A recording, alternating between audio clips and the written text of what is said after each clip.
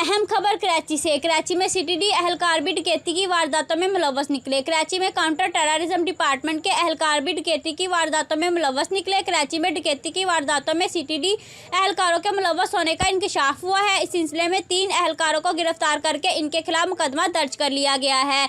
तीनों एहलकारों ने जाली छापे मारकर एक ताजर से 3 करोड़ रुपए छीने और टेरर फाइनेंसिंग और मनी लॉन्ड्रिंग का दावा किया।